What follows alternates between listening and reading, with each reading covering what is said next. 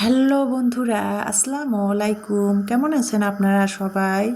আশা করি ভালো আছেন, সুস্থ আছেন, সবাই সবার পরিবারকে নিয়ে। হোক আমিও ভালো আছি আমার পরিবারকে নিয়ে মোটামুটি। তো যাই হোক, যেটা বলতেছিলাম, সকালবেলা কিন্তু আমি অফ ক্যামেরাতে ঘুম থেকে আজকে উঠে পড়েছি 7:30টায়। ইমানি কোচিংয়ে গেল, আমি ইমানিকে বিদায় দিয়ে 7:30টায় উঠে পড়ে। আগে কিন্তু গতকালকে যে বক্স খাট জ্বালানা বৃষ্টির পানিতে ভিজে গেছিলো, জ্বালানা দিয়ে বৃষ্টির পানি ঢুকছিল, তো বক্স খাটটা গতকালকে জ্বালানা বিকালের দিকে একটু পরিষ্কার করেছি। আর বিছানার ইমানের রুমের বিছানার বেডশিটটা তোলা হয়েছিল না, সেটা কিন্তু আজকে সকালে ইমানের রুমের ফ্যানটা পরিষ্কার করে তারপরে বিছানার বেডশিটটা ইমানের কেচে দিয়েছি। আগে মানে 7:30টার দিকে ঘুম থেকে উঠেই আগে সার্ফ এক্সেল দিয়ে বিছানার বেডশিটটা কেচে দিয়ে মানে ধুয়ে দিয়েছি। আর আজকে সকাল থেকে অনেক রোদ আমাদের উত্তরবঙ্গের দিনাজপুরে। 2 দিন বৃষ্টিও হলো ফজর ফজর দিকে, আজকে আবার সকাল থেকে রোদ। তো বিছনা চাদরটা ছাদি দিয়ে এসে এই যে দেখতে পাচ্ছেন এখন বাজে 8:30।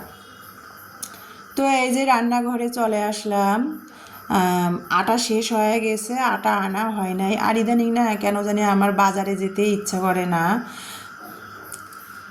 শরীরটা ইদানিং ভালো যায় না, তো এই জন্য বাজারে যেতে ইচ্ছা করে না, বাইরে বের হইতে ইচ্ছা করে না। তো ঘরে নুডলস ছিল আর পাস্তা ছিল, পাস্তায় আর কোকলা স্টিক নুডলসে একসাথে মিশায় সিদ্ধ করে নিলাম। সিদ্ধ করার সময় একটু লবণ আর তেল দিয়ে দিয়েছিলাম, দিয়ে সিদ্ধ করে পানিটা ঝরাই নিয়ে গাজর আলু, ঘরের মধ্যে সবজি ছিল গাজর আলু, তো গাজর আলু আর টমেটো কাঁচামরিচ পেঁয়াজ কুচাই দিয়ে একটা ডিম ভেঙে দিয়ে কিন্তু আমি পাস্তা আর নুডলসে মিশিয়ে রান্না করে নিলাম সকালের নাস্তা। আর সাথে একটু দুধ চা বানিয়ে নিয়ে খেয়ে নিলাম, সেটা তো আপনাদের সাথে শেয়ার করে দিলাম। আর এই যে দেখতে পাচ্ছেন ওই যে 7টার দিকে 7:30টার দিকে উঠেই আগে ইমানের রুমের বিছানার বেডশিটটা ধুয়ে দিয়েছিলাম। তো এত পরিমাণ রোদ, মানে আধা ঘন্টার মধ্যে শুকে গেছে। তো এখন তো বৈশাখ মাসের রোদ অনেক আর কি চড়া, তো সেই জন্য চাদরটা 30 মিনিটের পর ছাদে যায় দেখি শুকে গেছে। ছাদ থেকে নিয়ে এসে আর কোনো ইমানের বিছানায় কোনো চাদর বিছাই দিলাম না, ওইটা এইটাই শুকে গেছে, এইটাই আবার বিছাই দিলাম। আর ইলমা কীরকম দৌড়াদৌড়ি করতেছে নাস্তা খেয়ে।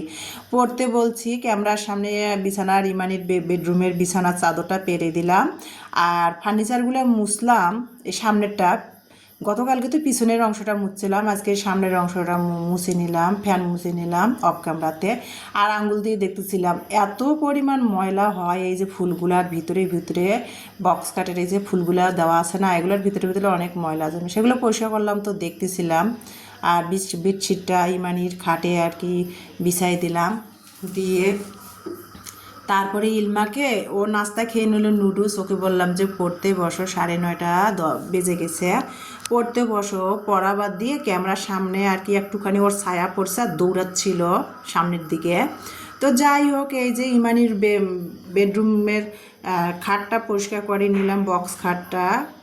গতকালকে মানে পিছনেরটা করেছি, আজকে সামনেরটা পরিষ্কার করলাম। আর এই খাটটা পরিষ্কার করতে অনেক সময় লাগে, ফুলগুলার ভিতরে ভিতরে ময়লা বসে, তো তো পরিষ্কার করে নিলাম। শরীরটা ইদানিং ভালো যায় না, এই জন্যে আর কি একটু জিরায় জিরায় কাজ করি, একেবারে কিন্তু পাড়াপাড়ি করে কোনো কাজেই করতে পারি না, তাহলে আমার খুব কষ্ট হয়।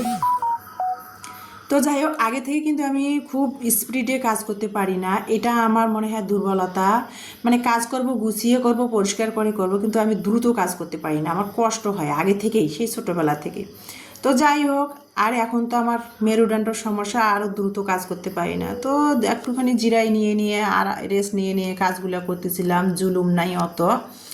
ইলমার বাবা তো আমাদের সাথে থাকে না, যে ঘরে পুরুষ মানুষ থাকলে রান্না বান্না টাইম মতো খাওয়া জুলুম থাকে আর কি, একটা মানে আলাদা একটা ইয়ে থাকে। তো ইলমার বাবা মানে আমরা 3 মা মেয়ে আস্তে ধীরে কাজগুলো আর কি একটু রেস্ট নিচ্ছে আর করতেছিলাম। আর ইমানির রুমের বেডশিটটা কেচে দিলাম, শুকাই গেল, ওই বেডশিটটাই আবার বিছাই দিলাম, আর বাড়তি বেডশিট আর বের করলাম না ওয়ার্ড্রপ থেকে।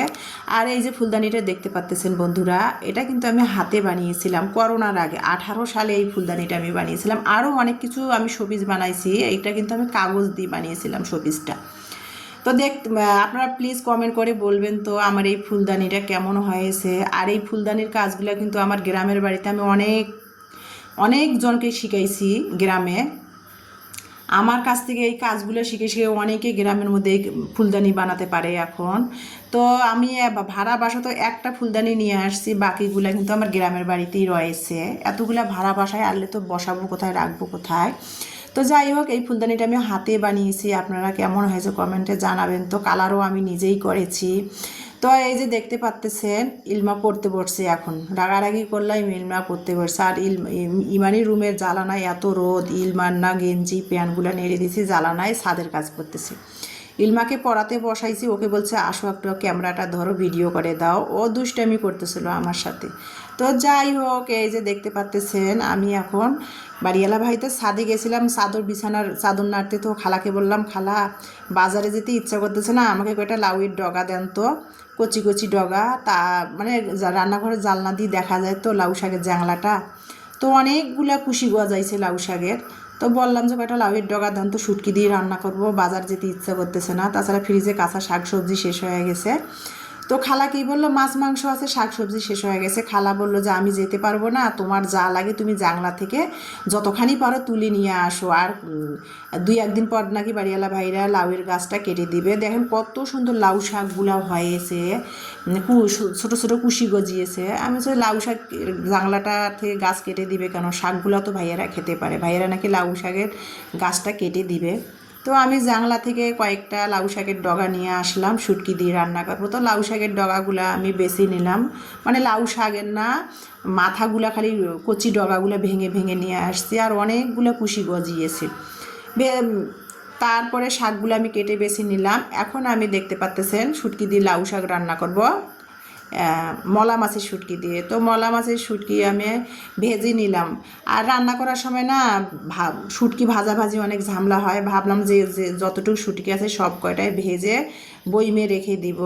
আর শুটকি একটু আপনি কড়াইয়ের মধ্যে একটু ভেজে বলতে একটু টেলাই নেবেন, নিয়ে তারপরে গরম পানি দিয়ে ধুয়ে রান্না করবেন, দেখবেন অন্যরকম একটা ঘেরান আসে শুটকিটার। আমি সবসময় দেখি যে মা এরম করে শুটকি হালকা করে কড়াইয়ের মধ্যে টেলাই নিয়ে তারপরে ধুয়ে রান্না করে, সেই শুটকির কিন্তু ঘেরানটা অন্যরকম আসে খেতে।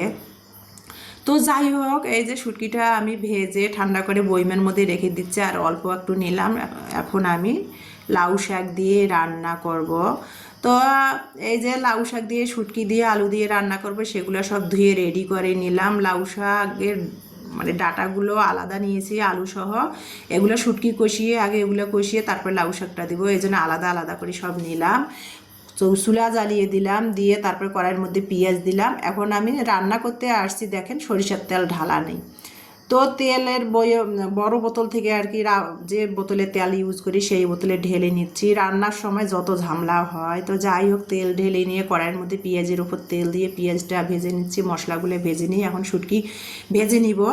এই যে পেঁয়াজটা একটু হালকা করে ভেজে নিয়ে তারপরে শুটকিগুলো পেঁয়াজের মধ্যে দিলাম, দিয়ে শুটকিগুলো আবার একটু তেলের মধ্যে পেঁয়াজে শুটকি একসাথে ভেজে নিলাম, নিয়ে একটু লবণ দিয়ে দিলাম। দিয়ে এখন একে একে কাঁচামরিচের পেস্ট, রসুনের পেস্ট, হলুদ গুঁড়ো আর একটু জিরা ধনিয়ার গুঁড়া, আমি হাতে বানা আমার জিরা ধনিয়ার গুঁড়া, সেটা দিয়ে দিলাম। দিয়ে মশলাটা ভালো করে কষিয়ে তারপরে কিন্তু আমি লাউ শাকের যে ডাঁটাটা আর আলুটা ধুয়ে রাখছিলাম আলাদা করে, সেটা দিয়ে ভালো করে কষিয়ে নিচ্ছিলাম। আর এই যে দেখতে পাচ্ছেন অপর সাইডে আমি ডাইনিং রুমে রাইস কুকারে ভাত বসিয়ে দিয়েছি। তারপরে রাইস কুকারে ভাতটা একটু ঢাকনা খুলে নেড়ে দিলাম। আমার রাইস কুকারের না, এই রাইস কুকারটা কী জানেন বন্ধুরা, মানে ভাত যদি মাঝে ভাত বসাই দিয়ে রাইস করে মাঝখানে 2বার এসে নাড়া দিতে হয়, না হলে উপরের ভাতটা চাল থাকে, তলের ভাতটা নরম হয়ে গলে যায় একেবারে। সেই জন্য ভাতটা আর কি আমি নেড়ে দিলাম, দিয়ে আবারও রান্নাঘরে চলে আসলাম। এসে এই যে লাউ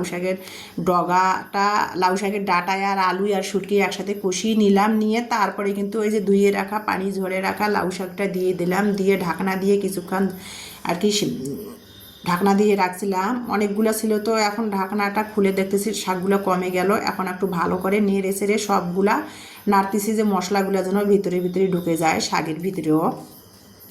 আর আপনাদের কি বলবো, আপনাদের একটা কথা বলি, মানে সবসময় কথাটা বলি, আপনারা ভিডিওর শুরুতে কিন্তু আমি আপনাদের সবার চ্যানেলে যে ভিডিও পরিচিত যারা আমার পরিবারের সাথে, তারা যারা আবার পরিবারের সাথে নাই তাদের, আমি যাদের পরিবারেই যাই, আমি কিন্তু প্রথমে আপনাদের চ্যানেলের ভিডিওগুলো দেখার আগে কিন্তু আমি কিন্তু আগে লাইকটা দিয়ে নিই। ভিডিও ভালো লাগুক আর না লাগুক, আমি যেমন কষ্ট করে ভিডিও বানাই, আপনারাও তো কষ্ট করে ভিডিওগুলো বানান, তাই না?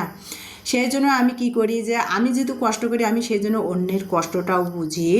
আমি কিন্তু ভিডিও ভালো লাগুক না লাগুক, আমি কিন্তু প্রথমেই আগে লাইক দেই, দিয়ে তারপরে ভিডিওটা দেখা শুরু করে দেই, তারপরে কমেন্ট করি, করে তারপরে আপনাদের পরিবার থেকে আমি চলে আসি। আপনারা এই কাজটা করবেন। অনেকে দেখা যায় কমেন্ট করে, ভিডিওটা ফলোয়ার্সও করে না, কমেন্ট করে, লাইক না দিয়ে চলে যায়। কিন্তু বন্ধুরা এই কাজটা কেন করবেন বলেন তো? আপনারা যেমন ভিডিও কষ্ট করে বানান, আমিও তো সেই রকমই ভিডিও কষ্ট করে বানাই, তাই না? প্লিজ এই কাজটা করবেন না, আপনাদের কাছে এটা রিকোয়েস্ট। আর এই যে দেখতে পাচ্ছেন লাউ শাকটা শুটকি দিয়ে আলু দিয়ে রান্না হয়ে গেল। নামাবার আগে কিন্তু একটু আমি সরিষার তেল দিলাম। যদিও আমি সরিষার তেলের তরকারি খাই, তারপরে কিন্তু একটু সরিষার তেল দিলাম। আর লাউ শাক রান্না করা শেষ হলে নামাবার আগে কিন্তু একটু সরিষার তেল মানে 1 টেবিল চামচ বা 1 চা চামচ সরিষার তেল উপরে উপরে দিয়ে এক মিনিট ধরে আবারও শাকটা নেড়ে ছেড়ে নামাই নেবেন। দেখবেন যে শাকটা খেতে অন্যরকম একটা ঝাঁঝালো ঘেরান আসে, মনে হয় যেন শাকের মধ্যে সরিষা বাটা দিয়েছেন, এইরকম একটা ফ্লেভার আসে সরিষার তেলে। তো একটুখানি তেল দিয়ে শাকের উপরে ছড়াই দিলাম। আর গত 2 দিন আগে তো ইলমার জন্মদিন গেছে, সেটা তো আপনাদের সাথে শেয়ার করেছি। ওর টিচারকে পায়েস খেতে দিয়েছিলাম, কেক খেতে দিয়েছিলাম। ওর টিচার জানে না, আজকে ওর টিচার পড়াতে আসছে, ইলমার জন্য কতগুলো চকলেট নিয়ে আসছে, সেটাই আর কি ইলমা টেরের মধ্যে আইনা দিল। আমি সেটাই ভালো লাগাটা আপনাদের সাথে শেয়ার করে দিলাম। আর আমার আজকে ভিডিওটা দেখার জন্য আপনাদের অসংখ্য অসংখ্য ধন্যবাদ। নেক্সট ভিডিও দেখার জন্য আমন্ত্রণ যাচ্ছি। আল্লাহ।